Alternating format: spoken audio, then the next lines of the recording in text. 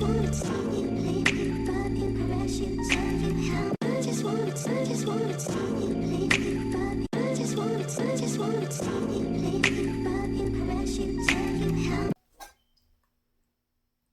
you're watching this is part 2 to the video, my cancer video of my story time about my mom's journey with breast cancer. Before I go into the video, guys, I just want to say something. If you have a mother, I don't care what you guys go through. I don't care what it is. Love her, because you only get one, whether it's a mother or a father. Love her. Give her flowers while she's here. Spend time with her. Because when she's gone, she's gone.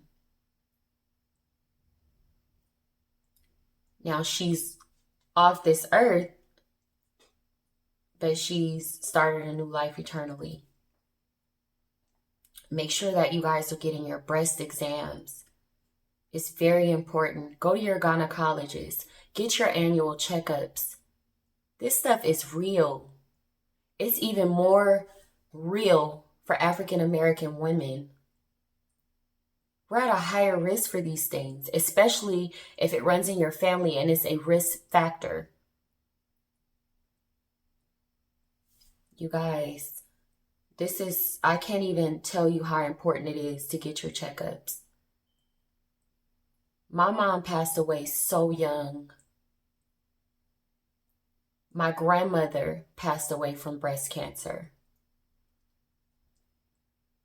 That is some pain that you will not even understand unless you've been there. That's some pain that hurts. It hurts.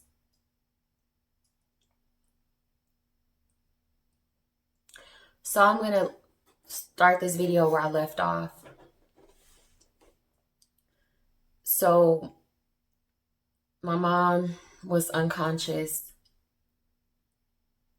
and a tear came out her face because me and her husband had gotten into it over him telling me and my kids and the rest of my little sisters that we had to make an appointment to see my mom and that he was going to put her in a nursing home if we didn't listen to him, and that's his wife and he can do what he wants with her. And she heard us and a tear came out. And I was quiet and I left the room. I didn't want her to feel like that. She loved him so much to her very last breath. She wanted us to be there for him. And it took everything in me to keep my hands to myself.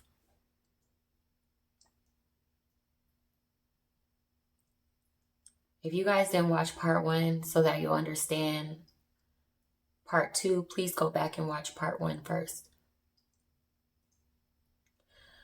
So my mom eventually got worse. And we started to plan services. Now, this one particular night, I was just going over there like an animal. I didn't have a car, but my kid's father, I had to deal with him, and he took me, and I had to find other rides, and I wanted my kids to be able to see her. There are pictures of her before she went into the coma, where all of my family members came down, and we took all these pictures, and I might still insert them. I don't know if I want to because I don't like to look at them. I'm still undecided, you guys. I don't know if I'm going to insert the pictures or not, to be honest. So,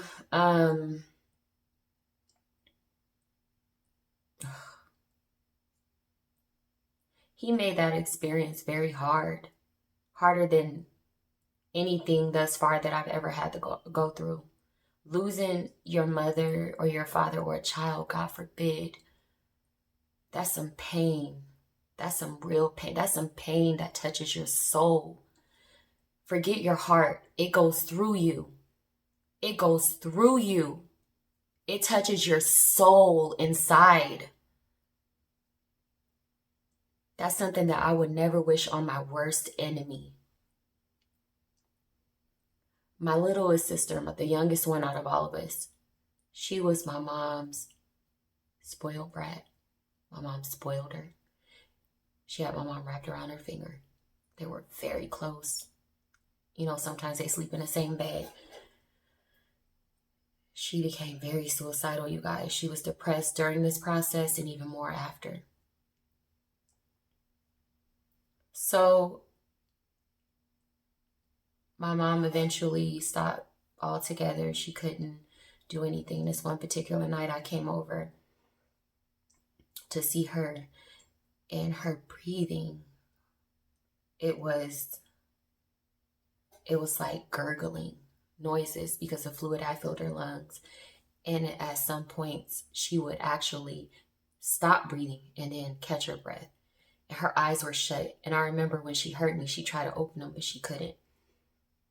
And the nurse had to come the night before because she had like these bubbles coming out of her mouth and it was clogging her airway. So the nurse had to dig it out with her finger. And at this time, her husband was supposed to be giving her medication around the clock for pain. And I remember checking the log and he hadn't been giving it to her. And that's so painful. And I got so angry. And it just worried me, you guys. It worried me to death. But I did not want my mom to cry because she can hear me. So I came over and she was laying like on her back, but kind of sitting up a little bit. And she heard me and she was trying to open her eyes. And at this time, I knew she wanted to tell me something. And it killed me because I didn't know what it was. My brother was incarcerated. And my mom had a rough, relationship with my brother. But she loved him. She made a lot of mistakes, but she loved him. And he has a life sentence. We've been trying to reach him to tell him, what's going on with mom. No avail, you guys. They didn't reach him until after, and I'm going to get into that. But I think she wanted to tell me about my brother, and I think that's why she was holding on for so long. So that night, I panicked, and I said,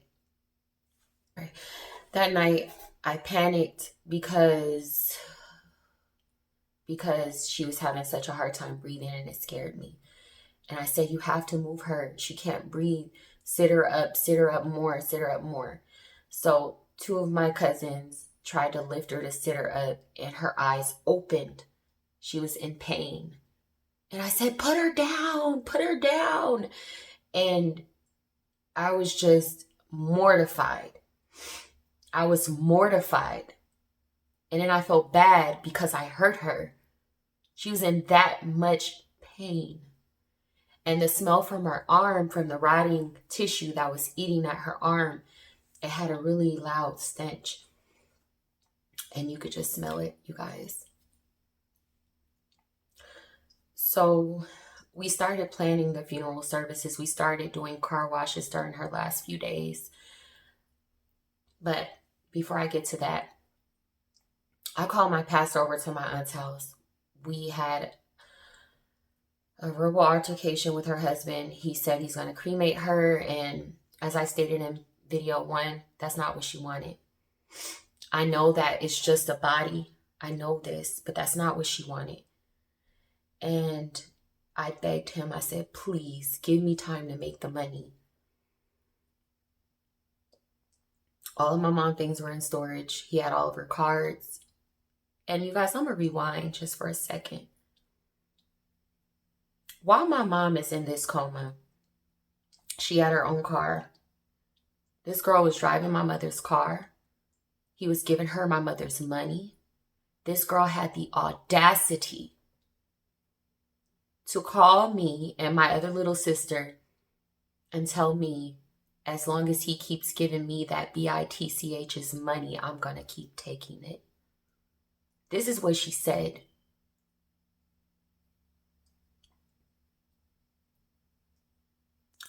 And I didn't go over the fight in the last video, you guys. Let me just recap. This was, my mom was in the hospital. This was when her husband and my cousin was still living at the house. Okay, this was right before everybody abandoned my mother. So after that fight with my little sister, they called me. I come over in my car. I said, what happened? They told me. So I went, my intentions was to go over to the house to talk to them to see why they did that. But as soon as we pulled up, my kid's father, the one in my domestic violence video, was standing right there with them, egging it on. Her husband was there. Everybody that had been at my sister's apartment to jump her was there, except the girl he was sleeping with, of course, because she's scary. But she was not there. And we all got out the car. I went over to talk to my cousin. It went okay at first. And then my other cousin was upset because we got into the conversation about him cheating and making my mom sicker. Her husband started yelling, screaming, and trying to hit my girl cousin. The one cousin, the female that I was speaking to, I had already gotten into it with her. Her and her daughter tried to jump me. That didn't go well for them. I'm not even going to get into that because I don't like that type of stuff. It's ratchet. Nothing against nobody, but I don't like it. I'm a grown woman with children. So we ended up fighting. Long story short, everybody ended up fighting that night. Everybody. They ended up fighting. Okay? The police was called. My older cousin, who also called the police on me after we fought, lied and said she was pregnant and that we were over there fighting her. The cops get there. We told them what happened. They ended up releasing my other cousin. So my older cousin and my younger cousin were fighting. Everybody's in the street rumbling like animals. My mom's in the hospital. Her husband calls my mother while she's in the hospital after I asked him not to. I didn't want to stress her. And starts talking crap to her. This is the type of person that she had dealing with her. This type of person that had say over her. Somebody that did not care about her at all. He was abusive to my mother. We grew up looking at these things. We as women, we have to do better. We have to do better. Our children is seeing these things. I'm going to say, just like I said in the first video, if you have not watched my domestic violence video, please go back and watch it. Okay, guys, so I'm getting back to the story. I'm sorry, it's just so much that's in this that I want to get to you guys, and I'm trying to just gather my thoughts. I should have jotted down a couple notes, but so after they moved her and I saw that I hurt her, I just left her there. And I ended up leaving. I did not sleep that night. We started the car wash process. Now, let me tell you guys something. My family is very dysfunctional. I see this in a lot of families. It wasn't about material things. It wasn't about anything. It was about my mother. So me, my cousin, who I love so very much to this very day for helping us, and my two little sisters. My kid's father helped when he felt like it. And my little boys, I only had them do one car wash. I really didn't want to subject them to that. And I didn't have them do it for a long time. So we did 2 car washes. They were very successful. You guys, there was people in my family doing car washes behind my back and keeping the money. There was people that was donating money and they kept it. These are the things that was going on, you guys. And you know what? It didn't even matter. Because I said karma comes back. We continued. We got up early at like 6 a.m. We went to bed late, 1 to 2 in the morning for over a week to raise that money. Now, during this process, we, on the one of the donation days. So when we weren't doing car washes, we were doing donations. We were in front of Food for Less. It was me, my little sister. We had a picture of my mom, donations. We kind of went over everything. And there are some really good people in this world. In order for me to get through those car washes, those donations and car washes, I had to trick my mind into thinking that I'm helping someone else. My little sisters kept breaking down, crying, and I didn't want them to see me like that, because if we're all like that, what are they going to do? So I cried when I was by myself. So I had two other older, one little sister and one older sister that was also, they were in Vegas. I was in California during this time. So this woman, she came out of Food for Less, and she had a basket full of groceries, you guys. And she said, "Is that your mom?" And I said, "Yes." And she said, "What happened?" I told her, my story. And she said, "I don't have any money." But she said, "I'm going to do something." She pushed her basket back into Food for Less. She took back this big turkey thing that she had bought and something else. And she came back and she said, "I returned this for you, and I want to give this money to you." And you guys, I literally broke down. Like, there are some good people in this world. Everybody is not bad. That woman didn't have to do that. She did not know me. She didn't know my mother. A lot of people did. My mother was loved by a lot of people.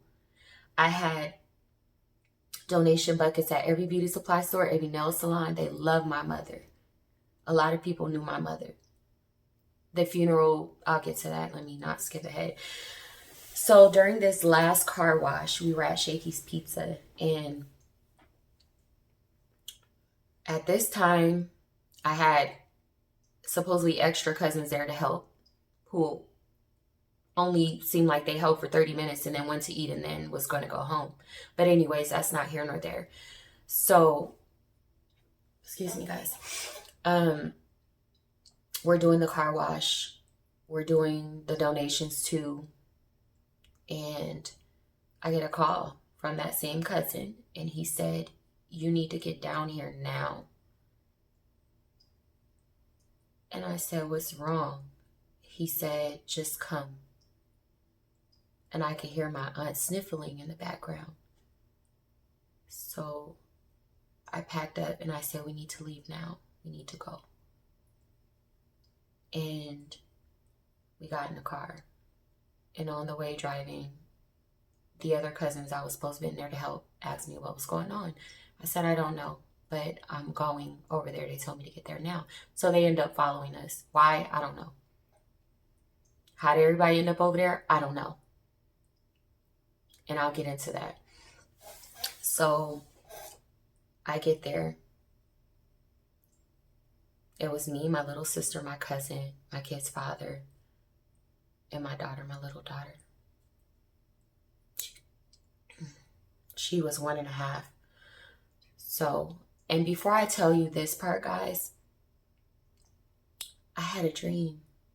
This was right after I found out my mom had cancer. I kept having the same recurring dream. In my dream, I kept walking into this house down this hallway.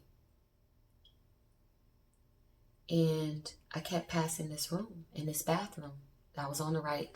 The hallway is in the middle. On the left was the room. And I felt sadness when I walked past that room. I had that dream at least 4 or 5 times. I didn't know who was sick, but I knew somebody was dying. So I get to the house. I walk through the door. I could hear sobbing. My little sister runs in the room and she's screaming over my mom's body. I just stopped. I couldn't go in the room. I went into the bathroom and I started throwing up. Now the bathroom is here. My mom's room is here. The hallway is here. I walked out of the bathroom, back toward the door to exit. My cousin grabbed my arms. He turned me back around. I said, I don't want to go in there. He said, you have to. He got me to the door. I stood there. I said, please, I don't want to go in there. He said, you have to. You're going to regret it. He pulls me in there. I didn't look at first. I just stood there. And then when I looked, and I saw my little sister, she was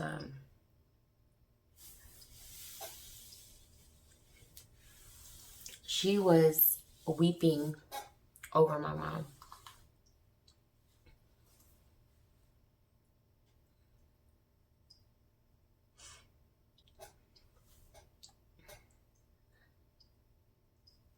She was weeping over my mom. And I started screaming. And my cousin, he grabbed me. And that same cousin, I will never forget this. I'm crying. And my back is toward my mom's bed, but he's facing my mom's bed. And she was standing at the door. And I just saw her eyes fill with tears. This is the same cousin that betrayed my mom. My mom took her in, took care of her, and she felt bad. All those people that saw my mom suffer, that did all these things, they were there. And they didn't exist.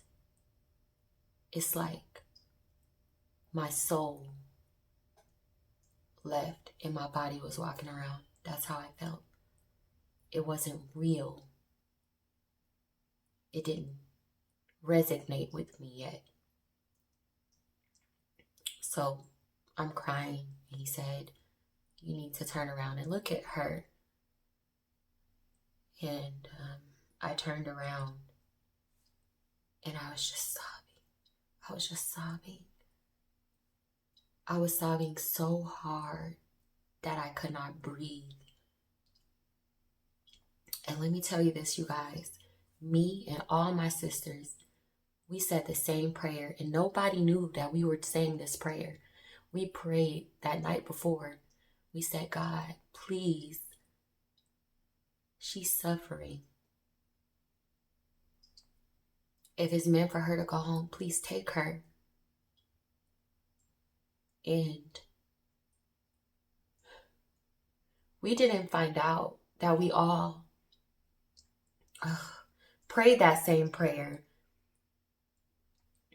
until a couple days after she passed. And, excuse me, we all prayed that same prayer, you guys. And she passed. And it took so long for the coroner to get there. My little sister, the youngest one I was telling you guys about, that was really close with my mother. She had a hard time. She just sat with her. My mom's body started to get cold. Do you know what some of these people actually had the audacity to do, you guys?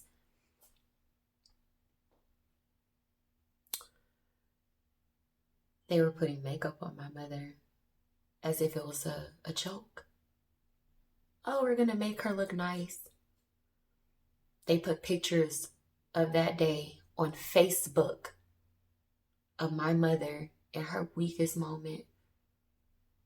And I had to see that, and I begged them to take it down.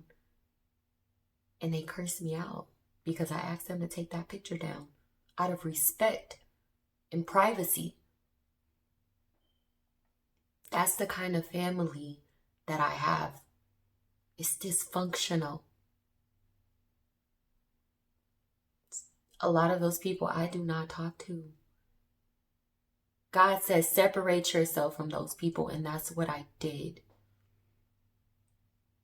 So, and I forgave them. I forgive them.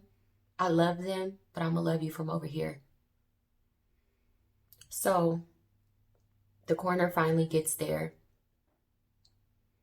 They put my mom in his, they bundled her up with all her blankets. My sister cut a lock of my mother's hair, and she took one of her blankets. She kept saying, as they were zipping her, she didn't want to leave the room. She kept saying, she can't breathe. You're zipping her in that bag. I will never forget that. She chased behind them as they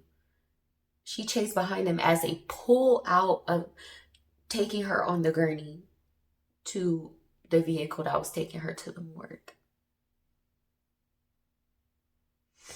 She was right behind.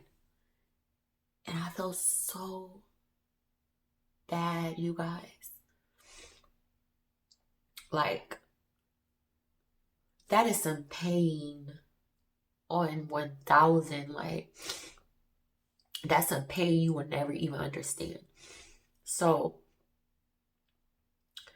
after the coroner takes my mother, this cousin that was helping my mom cheat when my mom had staying with her, she likes attention. So she fakes a seizure. She's doing all this extra stuff, trying to get attention. Then she goes back to normal.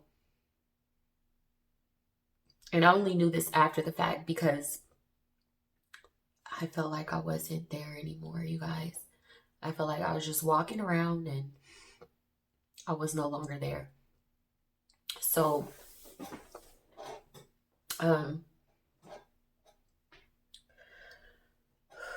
so the coroner came, they took her away. We started to plan the funeral services. From that day that she passed, within a week, we had all of the money. That's minus all of the money that was not given from donations and other car washes that were going on. So, when I tell you God gave me that strength, He gave me that strength, because I always said, if something happened to my mom, I don't know what I would do. I don't know. You know what I mean? To lose, I didn't have a relationship with my father. My father actually passed away 8 or 9 months before my mother. You know, the person that brought you into this world that you're used to seeing every day, she's gone. So during this process, God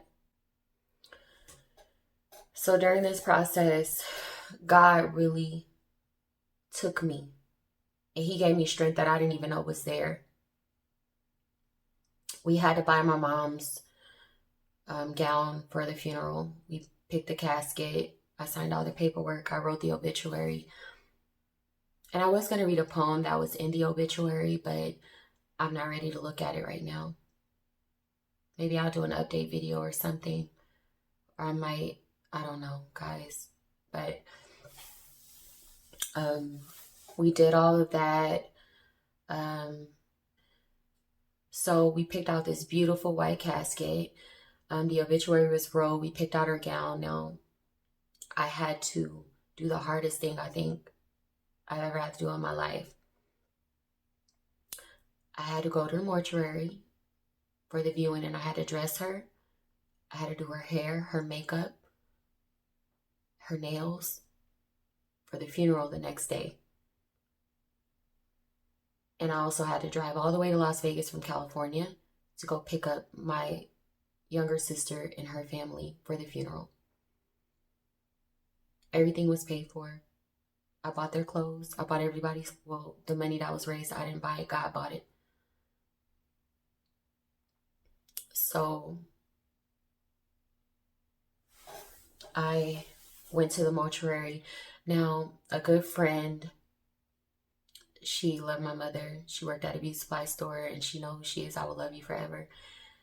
I asked for her help to do the makeup. I didn't know if I could do it. My younger sister was there, but the one I was closest to, my mom, was not. And I thank God that she wasn't.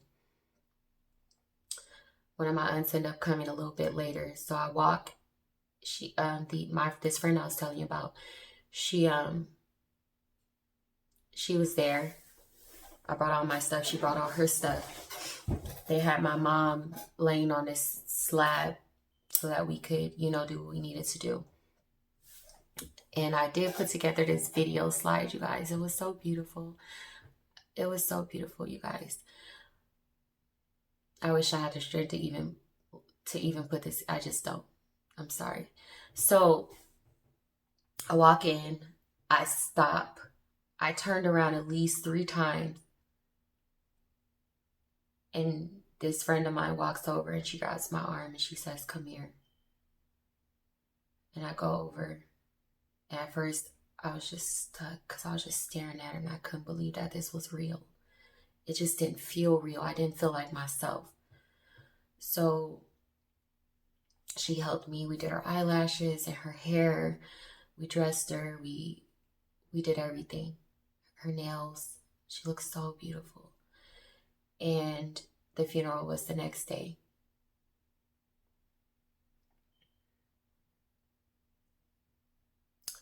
Everybody had stayed over at my house, my little sisters, everybody, to get ready for the funeral. I had to leave early because I had to arrange everything. So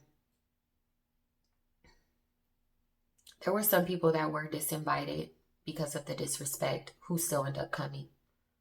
But out of respect for my mother and the church that I grew up in where we had the funeral, I had to keep my composure. So the funeral was very beautiful. It was so packed there weren't any seats left. I did speak. I did read my poem. My little sister spoke. We put a piece of something in there and I did speak on behalf of my brother. Now, what I said in the obituary about my brother, my uncle said after the funeral, "How did you know that? How did you know that?" I said, "No, what?" He said, "That's exactly how your brother felt." I said, "I don't know. I was writing and it just came out." And basically it said that, I'm going to read it, you guys.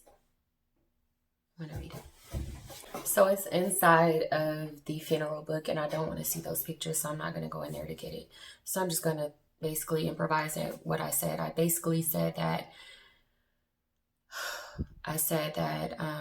we each wrote a piece dedicated to my mother, and I spoke on my brother's behalf, and I was saying that he loved her and that he was sorry, that my mom loved him. She did the best that she could to raise him, and that he had forgiven her, she had forgiven him, he had forgiven her, and that he wished that he could be there. And there was two other things that nobody would have knew. So, my uncle after the funeral, he said, "How did you know that?"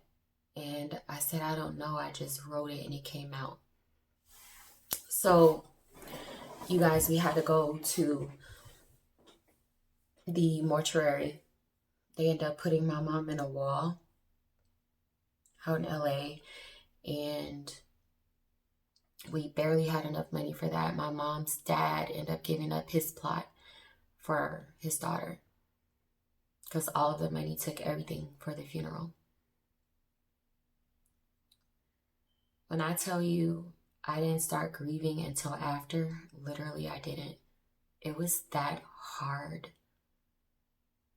I went into like a little depression, but my little sister had it the worst. She was suicidal. I had to have her under me 24/7. Like, I was scared. She was very depressed.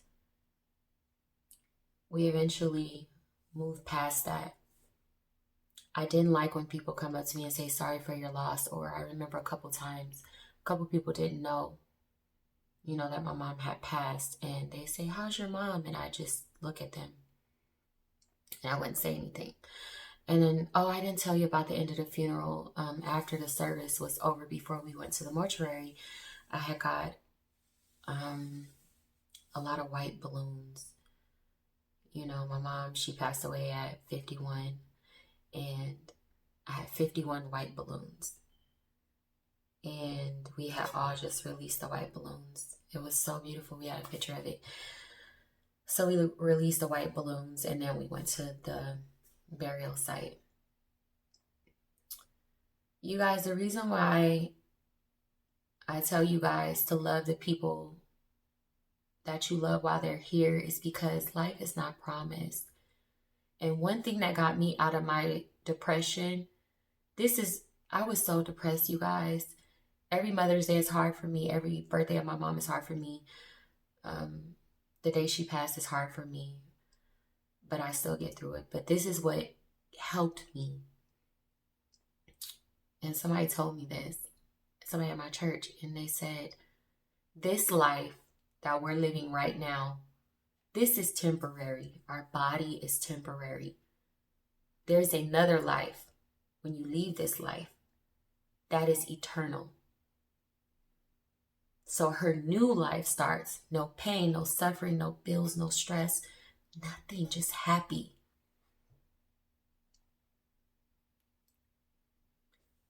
That's what got me, because I'm going to get to see her again. I'm going to get to see her again. That's what keeps me. The people that leave, they're not gone. They beat us to where we're going to all have to get to. And that's what kept me. That's what helped me. And prayer, lots of it. If you don't pray, you better pray, you guys. Get a relationship with God. Get a relationship. Nobody's perfect. I'm not perfect. I'm a work in progress. I have changed a lot, but nobody is perfect. But get a relationship with God. He is your only protection, you guys. I know there are some non-believers out there, but He is your only protection. You guys pray and get a relationship with Him. And before I end this video, I would like to say, you guys get checked. Please, I cannot stress it enough. Get checked. Go to the gynecologist. Get your examinations. Check your breast. You can check in the shower when you take showers, you guys. Please check. Check. Anything can be wrong. You want to catch this early enough. And another thing, I can't even remember what it was just that fast. Oh, I forgot to tell you guys. We eventually did get a hold of my brother, but after the funeral services, and that was hard because he had no one, you guys. He just sobbed. And he said some really mean things to my mother before she passed. And this is when she was still able to speak and walk around, and my mom didn't tell him anything. And he, to this day, I pray for him. I pray for him. And I feel for him. I really do.